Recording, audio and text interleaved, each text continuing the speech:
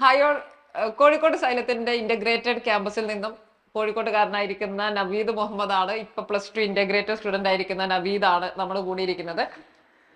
എപ്പോഴും ഇന്റഗ്രേറ്റഡ് സ്കൂളിനെ പറ്റി ഒരുപാട് കൺഫ്യൂഷൻസും അല്ലെങ്കിൽ എങ്ങനെയാണ് ഈ സിസ്റ്റം വർക്ക് ചെയ്യുന്നത്, 10ാം ക്ലാസ് കഴിഞ്ഞ ഒരു കുട്ടിക്ക് ഇത് നടക്കൂ ഇല്ലയോ എന്നൊക്കെയുള്ള ഭയങ്കരമായിട്ടുള്ള കൺഫ്യൂഷൻസും എൻക്വയറീസ് ഒക്കെ ഉണ്ടാവാറുണ്ട്. അപ്പൊ അതുകൊണ്ട് നമുക്കതിങ്ങനെ അത് എക്സ്പീരിയൻസ് ചെയ്യുന്ന ഇപ്പോഴ് +2 പഠിച്ചുകൊണ്ടിരിക്കുന്ന നവീദിൽ നിന്ന് നമുക്ക് കൂടുതൽ കാര്യങ്ങൾ ചോദിച്ചറിയാം.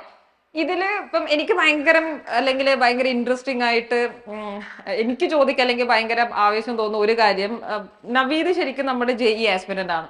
അപ്പൊ ഈ JEE ആസ്പിരന്റ് ആയത് ആരെങ്കിലും അങ്ങനെ ഇൻജെക്ട് ചെയ്തിട്ടാണോ, അതോ നേരത്തെ JEE എന്താണ്, എഞ്ചിനീയറിംഗ് എന്താണെന്നൊക്കെ അറിയാം? എങ്ങനെയാണ് ഒരു JEE ആസ്പിരന്റ് ആയി മാറിയത്? ജനറലി പറയുകയാണെങ്കിൽ നേരത്തെ ഒരു ഡിജിറ്റലായിട്ട് ഒരു ലൈക്കിങ് കൂടുതലായിരുന്നു. അപ്പോൾ digitally like mobile phones work ചെയ്യുന്ന കമ്പ്യൂട്ടേഴ്സ് ആ രീതിയിലായിരുന്നു.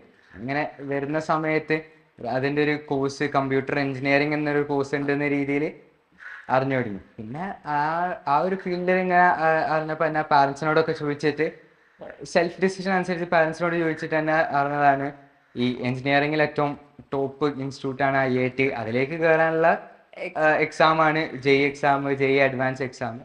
അതിൻ്റെ ഒരു പ്രിപ്പറേഷൻ ആയിട്ട് അല്ലേ? അപ്പൊ അതായത് ആക്ച്വലി എനിക്ക് തോന്നുന്നത് നമ്മുടെ പാഷൻ ഇതാന്ന് തിരിച്ചറിഞ്ഞ് അതിലേക്ക് എത്തേണ്ട വഴി ഏതാന്ന് അന്വേഷിച്ചപ്പോ JEE ആണ് എക്സാം എന്നും JEE ചെയ്താലേ നമുക്കത് ചെയ്യാൻ പറ്റുള്ളൂ എന്നും മനസ്സിലാക്കിയാണ്. ശരിക്കും എത്രാം ക്ലാസ്സിലാണ് ഇത് തിരിച്ചറിയുന്നത്?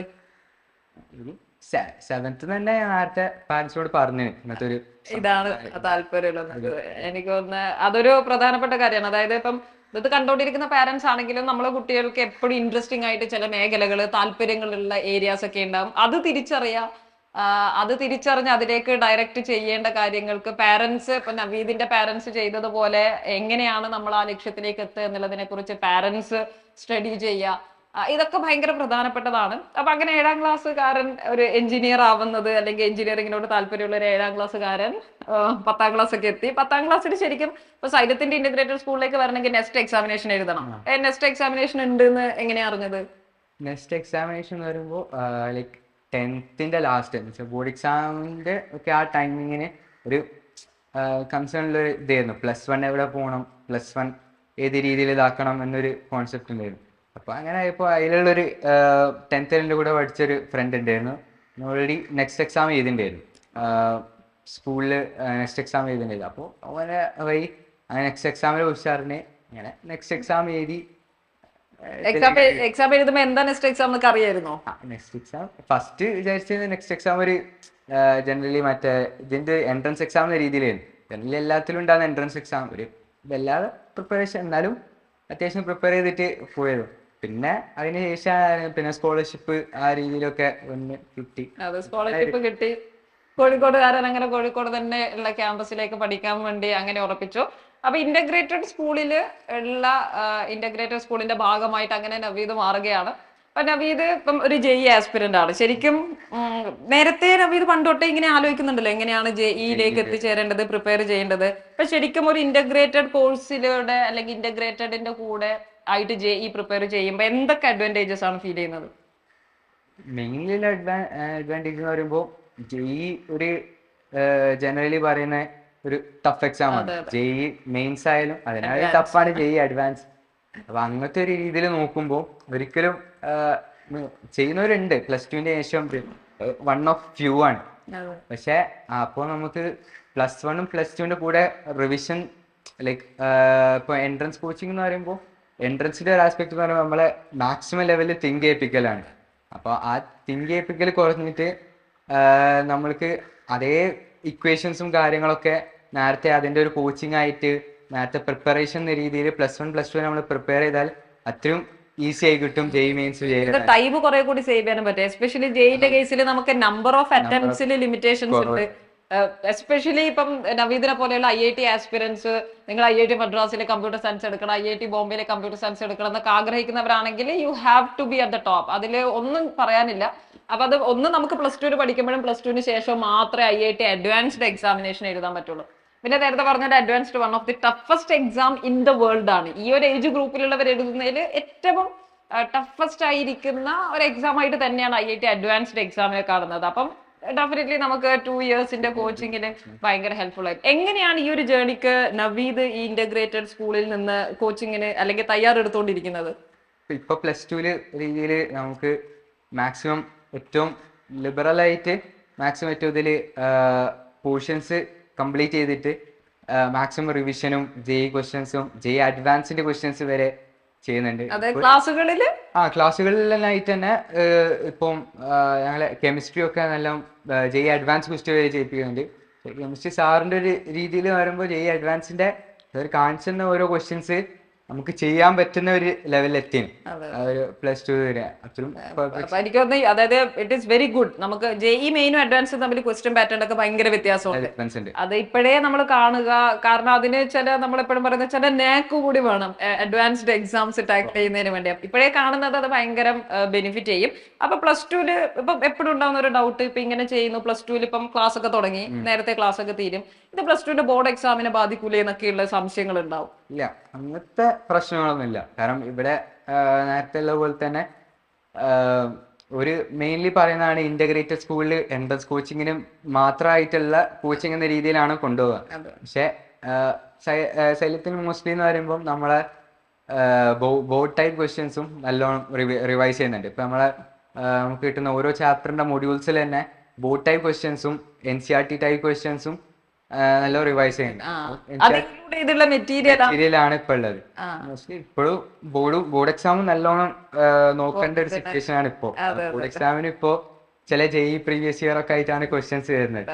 അപ്പം ഒബ്വിയസ്ലി ബോർഡ് എക്സാമിന് നന്നായിട്ട് പ്രിപ്പയർ ചെയ്യുക, CBSE നല്ല പെർസെന്റേജ് മാർക്ക് വാങ്ങാന്ന് പറയുന്നത് ഓട്ടോമാറ്റിക്കലി JEE റിഫ്ലക്ട് ചെയ്യും. JEE പ്രിപ്പറേഷൻ ഓട്ടോമാറ്റിക്കലി നമ്മുടെ ബോർഡ് എക്സാമിനേഷന്റെ പ്രിപ്പറേഷനിൽ റിഫ്ലക്ട് ചെയ്യും. അപ്പൊ ശരിക്കും ബോർഡ് എക്സാമിനേഷൻ ആണെങ്കിൽ ചിലതിലൊക്കെ നമുക്ക് ഡെഫിനിഷനും കാര്യങ്ങളൊക്കെ വേണം. നേരെ മറിച്ച് JEE മെയിൻ്റെ അത് ആവശ്യം ഉണ്ടാവില്ല. അതൊക്കെ കവർ ചെയ്യാൻ പറ്റുന്ന രീതിയിൽ തന്നെയാണോ മെറ്റീരിയൽസും കാര്യങ്ങളൊക്കെ കവർ ചെയ്യാൻ പറ്റുന്നത്? ജനറലി നമ്മൾ പോകുന്നത് എന്ന് വെച്ചാൽ ഫസ്റ്റ് ബോർഡ് എക്സാം രീതിയിൽ കംപ്ലീറ്റ് ചെയ്തതിന് ശേഷം അതിന്റെ ആ ടോപ്പിക്കിൽ വരുന്ന JEE ലെവൽ എങ്ങനത്തെ രീതിയിൽ കൊണ്ടുപോവാ എന്നൊരു കോൺസെപ്റ്റ് പഠിപ്പിക്കും. ഓരോ നമ്മൾ മോസ്റ്റ്ലി പഠിക്കുന്നത് ബോർഡ് എക്സാം ലെവലിലെ രീതിയിൽ, പിന്നെ അതിന്റെ ഓരോ ലെവല് ഇൻക്രീസ് ചെയ്തിട്ട് JEE ലെവലിലേക്ക് എത്തും. നമ്മൾ 2 ലെവൽ നമ്മളൊരു പെർഫെക്റ്റ് സ്റ്റേബിൾ സ്റ്റേറ്റിൽ എത്തിയിട്ടാണ് കൊണ്ടുപോകുന്നത്. എനിക്ക് തോന്നുന്നു അതായത് ഇപ്പം നവീദ് പറയുമ്പോൾ തന്നെ ഹീസ് ആക്ച്വലി കോൺഫിഡന്റ്. കാരണം നമുക്ക് +2 എക്സാമിനേഷൻ വരുന്നു, എന്തായാലും സിലബസുകൾ നേരത്തെ തീർന്നു. എനിക്ക് തോന്നുന്നു കൂടുതൽ സമയം റിവൈസ് ചെയ്യാൻ വേണ്ടി പറ്റും. പാരലലി JEE മെയിനും ബോർഡ് എക്സാം ഒക്കെ ഒരുമിച്ചിട്ട് വരുന്ന ഒരു സിനാരിയോ ആണ് ശരിക്കും +2 പഠിക്കുന്നവർക്ക് ഉള്ളത്. ബട്ട് നമുക്കത് പ്രിപ്പയർ ചെയ്യാതെ വഴിയില്ല, കാരണം നമ്പർ ഓഫ് അറ്റംപ്റ്റിന്റെ ലിമിറ്റേഷൻസ് ഉള്ളത് കൊണ്ട് തന്നെ. അപ്പൊ ഇങ്ങനെ ഒരു ഇന്റഗ്രേറ്റഡിന്റെ ഭാഗമായിട്ട് കോച്ചിങ് ചെയ്യുന്നത്, അത് മാത്രമല്ല ഇപ്പം JEE കേസിലും അല്ലെങ്കിൽ നോർമലി നീറ്റ് JEE നമ്മൾ റിസൾട്ട് ഇങ്ങനെ അനലൈസ് ചെയ്യുമ്പോൾ, especially when you go for the all India result, ആ റിസൾട്ടിൽ ഭയങ്കരമായിട്ടുള്ള ഒരു സ്റ്റാറ്റിസ്റ്റിക്സ് ഉണ്ട് അല്ലെ? അത് നേരത്തെ ഒബ്സർവ് ചെയ്തിട്ടുണ്ടായിരുന്നോ നവീദ്? മോസ്റ്റ്ലി കുറെ ആൾക്കാർ പറഞ്ഞിട്ടുണ്ടായിരുന്നു, ലൈക്ക് ഒരു റിപ്പീറ്റിംഗ് എന്നൊരു +2 കഴിഞ്ഞിട്ട് റിപ്പീറ്റ് ചെയ്യുന്ന ആൾക്കാർ വളരെ കൂടുതലാണ്. അപ്പം നീറ്റിലായാലും അതിനായിട്ട് കൂടുതലാണ് JEE വരുന്നത്. പക്ഷെ ആ രീതിയിൽ എഴുതില്ല. അപ്പൊ നമുക്ക് ആ റിപ്പീറ്റ് എന്നൊരു വർഷം ലൂസ് ചെയ്യാതിരിക്കാനുള്ള ഒരു നേരത്തെ ഉള്ള ഒരു പ്രിവിറ്റി മെഷർ എന്ന രീതിയിൽ +1 +2 തന്നെ ഒരു കോച്ചിങ് നേരത്തെ സ്റ്റാർട്ട് ചെയ്യുന്ന രീതിയിൽ കൊണ്ടുപോകാൻ. അതെ, മാത്രമല്ല അതില് ഓൾ ഇന്ത്യ റാങ്ക് ഹോൾഡേഴ്സ് എല്ലാം അങ്ങനെ +1 +2 കൂടെ പ്രിപ്പയർ ചെയ്തെത്തുന്നവരും കൂടുതലാണ്. റിപ്പീറ്റ് ചെയ്യുമ്പോഴേക്ക് ഉണ്ടാവുന്ന കുറെ ടെൻഷൻസ് ഒക്കെ ഉണ്ടല്ലോ, നമ്മൾ അറിയാത്ത ചില ടെൻഷൻസും കാര്യങ്ങളൊക്കെ നമ്മളെ ഒരുപക്ഷെ വളരെ ആങ്ഷ്യസ് ആക്കും എക്സാമിനേഷൻ ഹാളിൽ. അപ്പൊ കുറെ കൂടി കൂളായിട്ട് എക്സാമിനേഷൻ അപ്രോച്ച് ചെയ്യാനൊക്കെ നമ്മൾ ഇതാ ഹെൽപ്പ് ചെയ്യാം. നമുക്ക് ആൻസർ എത്രമാത്രം അറിയുന്നതിന്റെ അനുസരിച്ച് എക്സാമിന്റെ ആ ഒരു JEE എക്സാംസിന്റെ ടെൻഷൻ ഉണ്ടാവുന്ന അതിന്റെ ഒരു സീരിയസ് ആസ്പെക്ട് തന്നെയാണ്. പക്ഷെ നമുക്ക് കുറച്ചുകൂടി ടെൻഷൻ കുറയ്ക്കാൻ പറ്റുന്നത് നമ്മൾ എത്രമാത്രം ക്വസ്റ്റ്യൻസ് നമുക്ക് അറിയുന്ന ക്വസ്റ്റ്യൻസ് നമ്മൾ കാണുമ്പോൾ നമ്മൾ അത്രയും ലെവലിൽ നമ്മളെ ടെൻഷൻ കുറയും. അപ്പൊ ആ ലെവലിൽ എന്ന് പറയുമ്പോൾ ഇപ്പൊ ഇതിൽ ഇങ്ങനെ ഇപ്പം ഹോസ്റ്റലിൽ നിന്നിട്ടാണ്, കോഴിക്കോട്ടുകാരനാണെങ്കിലും ഹോസ്റ്റലിൽ നിന്നിട്ട് കുറെ കൂടി എഫക്റ്റീവായിട്ട് ടൈം യൂട്ടിലൈസ് ചെയ്യാൻ വേണ്ടി ഹോസ്റ്റലിൽ നിൽക്കുന്നയാളാണ് നവീദ്. ഹോസ്റ്റലിൽ ശരിക്കും എങ്ങനെ, അതായത് നമ്മൾ സെൽഫ് സ്റ്റഡിക്ക് വേണ്ടി ഹോസ്റ്റലിൽ ഒരുപാട് സമയമുണ്ട്. അപ്പൊ ആ സമയങ്ങളിലെ ഡൗട്ട് ക്ലിയറൻസ് ഒക്കെ എങ്ങനെയാ ചെയ്യാം?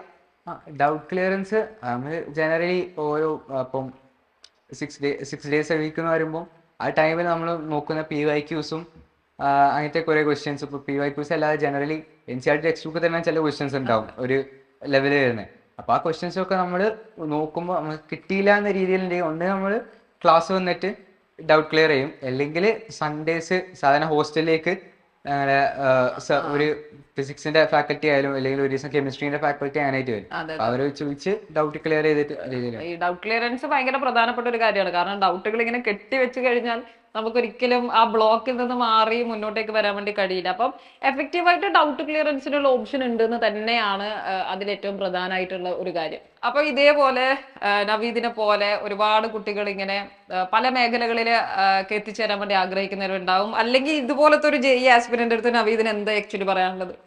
ജെഇ ആസ്പിരന്റ് എന്ന രീതിയിലാണെങ്കിൽ നേരത്തെ തന്നെ പ്രിപ്പയർ ചെയ്യുന്നതാണ് ഏറ്റവും ബെസ്റ്റ് റിസൾട്ട്. കാരണം മോർ ദാൻ നീറ്റ് എക്സാം എന്ന് പറയുമ്പോൾ മോർ ദാൻ ടെക്സ്റ്റ് ബുക്കിന് ഇൻസൈഡ് സംഭവമാണ്, പക്ഷെ വൈഡ് ആസ്പെക്ട് എന്നൊക്കെ വരാം. അപ്പം അതിനൊരു കോച്ചിങ് എന്നൊരു ഇത് ഇപ്പോഴത്തെ ജെയിൻ്റെ ടഫ്നെസ് കൂടുന്നതിനനുസരിച്ച് നല്ല ഇമ്പോർട്ടൻ്റ് ആണ്. അപ്പം അതിലൂടെ +1+2 റിവിഷൻ ലൈക്ക് ജെയിൻ്റെ കോച്ചിങ് നടത്തുന്നത് ഏറ്റവും ബെസ്റ്റ് ഓപ്ഷൻ എന്ന രീതിയിൽ പറയാൻ പറ്റും. അതെ അതെ. അപ്പൊ നേരത്തെ ഇത് തിരിച്ചറിയുക. അപ്പൊ നവീദ് ചെയ്ത പോലെ നേരത്തെ തന്നെ നിങ്ങളുടെ കാര്യങ്ങളും പാഷൻസ് ഒക്കെ തിരിച്ചറിഞ്ഞ് അതിലേക്കുള്ള ലക്ഷ്യത്തിലേക്ക് എത്താൻ വേണ്ടിയിട്ടുള്ള റൂട്ട് ക്ലിയർ ചെയ്യുക, അതിന് പറ്റിയിരിക്കുന്ന അവസരങ്ങൾ തേടി പോവുക എന്നുള്ളത് തന്നെയാണ് നമുക്ക് ചെയ്യാനുള്ളത്. സോ എനിവേ, നേരത്തെ പറഞ്ഞതുപോലെ തന്നെ കോഴിക്കോട് ക്യാമ്പസിൽ നിന്നും നവീദിന്റെ ഒപ്പം ഞാൻ നുസ്രത്ത് സൈനത്തിന്റെ കെമിസ്ട്രി ഫാക്കൽറ്റി ആണ്. എനിവേ, ഇനി വരാൻ പോകുന്ന വർഷം നവീദിന്റെയും മറ്റ് ജെഇ നീറ്റ് ആസ്പിരൻസിന്റേത് തന്നെയാണ്. സോ അതിനു വേണ്ടി വളരെ കറക്റ്റ് ആയിട്ടുള്ള പാത്തിൽ കൂടി പോവുക, ഡിസ്ട്രാക്ഷൻസ് ഒന്നും ഇല്ലാതെ കറക്റ്റ് ആയിട്ട് പോവുക, നല്ല രീതിയിൽ പഠിക്കുക, ഡൗട്ടുകൾ അപ്പൊ ക്ലിയർ ചെയ്യുക, പ്രീവിയസ് ഇയർ ക്വസ്റ്റ്യൻസ് ചെയ്യുക അല്ലെ, മാക്സിമം പ്രീവിയസ് ഇയർ ക്വസ്റ്റ്യൻസ് ചെയ്യുക, നിങ്ങളുടെ ലക്ഷ്യത്തിലേക്ക് എത്തുക. സോ ഇത്രയും കാര്യങ്ങളൊക്കെയാണ് നമുക്ക് ഷെയർ ചെയ്യാനുള്ളത്. All the best.